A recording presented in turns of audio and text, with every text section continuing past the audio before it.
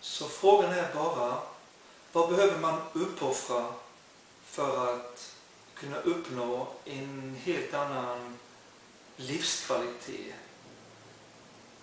Som jag sa innan, att det kan jämföras med 220 volt istället för 5 volt eller 3 volt. Och inom psykologin då pratar man just om att man använder bara en väldigt liten del av hjärnan. Så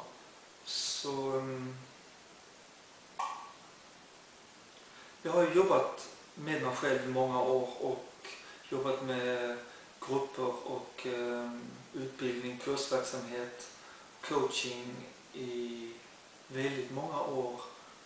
Och många har gått på mina kurser, 100-tusentals har gått, och man har lärt en del genom åren. Och det finns folk som liksom tror att de vill, men de vill egentligen inte, och då fungerar det inte. Jag höll ett föredrag på ett ställe för döva i Ukraina, och jag frågade liksom där, hur många av er skulle vilja höra och inte vara döva? Och alla räckte upp handen. Och sen frågade jag dem liksom, är ni säkra? Ja. Men så sa jag, okej, men jag ska kolla. Vi kollade in lite detaljer. Så sa jag till dem att om ni får hörseln tillbaka, då får ni ingen pension. Ni måste jobba. Den här dövklubben, det här fina träffcentret ni har, det kommer att rivas, så de bygger kanske något affärscentrum.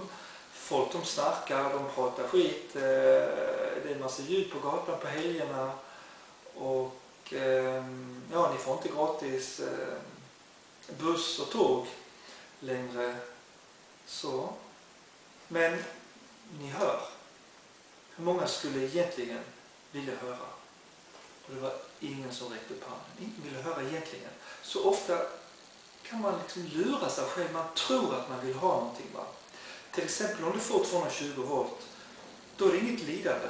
Du har olika känslor. Du kan bli irriterad, låt oss säga om någon kom för sent och du och din familj fick lida av det. Men det är liksom ingen som går in och liksom stör dig egentligen. Det känns mer som en liksom myggbett och inte som ett lejon som försöker äta upp dig. Så det är liksom, det bara är som krusningar på ytan, och du är liksom, upplever det här stora havet inom dig som liksom är 99% av havet är kanske bara djup frid. Och sen på ytan är det lite krusningar. Va? Så det är bara liksom droppar i havet, och det är liksom en charm av livet att ha känslor. Men de kommer inte skapa lidande. Och lidande har jag sett det lite grann som att vara alkoholist eller att sluta röka eller knarka. Det är beroendeframkallande med lidande. Det är det faktiskt. Det låter lite konstigt, och det tog lång tid för mig att förstå det i mitt eget liv, men så är det faktiskt.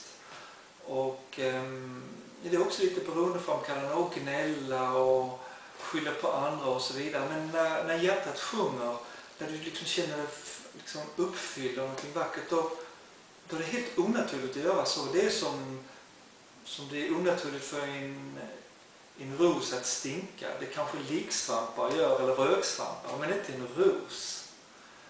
Och det kan påminna lite grann om att när larven blir till en fjäril, det kan inte både vara larv och fjäril. Man får liksom välja.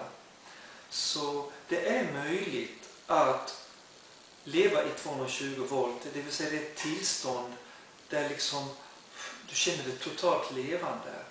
Och liksom, man är liksom på något sätt, på ett positivt sätt berusad av livet. Det vill säga att man känner någon sorts glädje, någon kärlek, någon livsglädje faktiskt.